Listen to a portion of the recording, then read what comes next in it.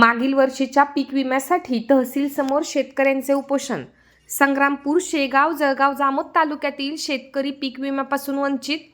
बुलढाणा जिल्ह्यातील संग्रामपूर, शेगाव, जळगाव, जामोद तालुक्यातील शेतकऱ्यांना मागील वर्षीचा पीक विमा अद्यापपर्यंत मिळालेला नाही.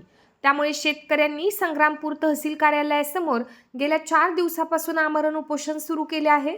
तर काही शेतकऱ्यांना मिळालेली रक्कम अत्यंत तोकडी असल्याने विमा कंपनी आणि शासनाविरोधात प्रचंड असंतोष निर्माण झाला आहे. खरीप हंगामात अतिवृष्टीमुळे अनेक शेतकऱ्यांच्या शेतातील पिकांचं मोठं नुकसान झालं होतं. शेतकऱ्यांनी पीक विमा काढूनही शेतकऱ्यांना योग्य तो मोबदला दिला गेला नाही. आपल्या हक्काचा पीक विमा मिळावा यासाठी संग्रामपूर तहसील कार्यालयासमोर शेतकऱ्यांनी गेल्या 4 दिवसांपासून आमरण उपोषण सुरू केले आहे. जोपर्यंत पीक विमा मिळत नाही तोपर्यंत उपोषण मागे घेणार नसल्याचा इशारा शेतकऱ्यांनी दिला आहे.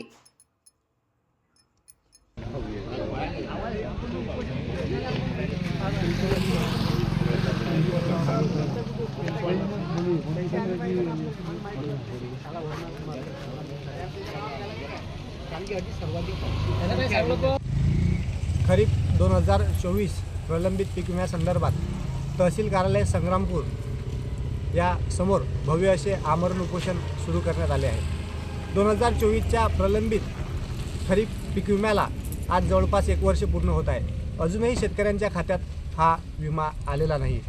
आज काही शेतकऱ्यांचे क्लेम कॅल्क्युलेट झाले, परंतु तीही मदत तुटपुंजी आलेली आहे. क्षेत्रफळ जास्त असून नुकसान टक्केवारी जास्त असून तरीही शेतकऱ्यांना रक्कम कमी आलेली आहे. ही शेतकऱ्यांसोबत थट्टा आहे आणि ती आम्ही सहन करणार नाही.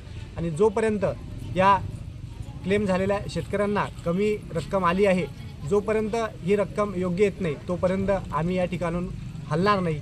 जोपर्यंत शेतकऱ्यांना न्याय मिळत नाही तोपर्यंत हे आमरण उपोषण मागे येणार नाही. तोपर्यंत आम्ही तटस्थ भूमिकेत आहोत.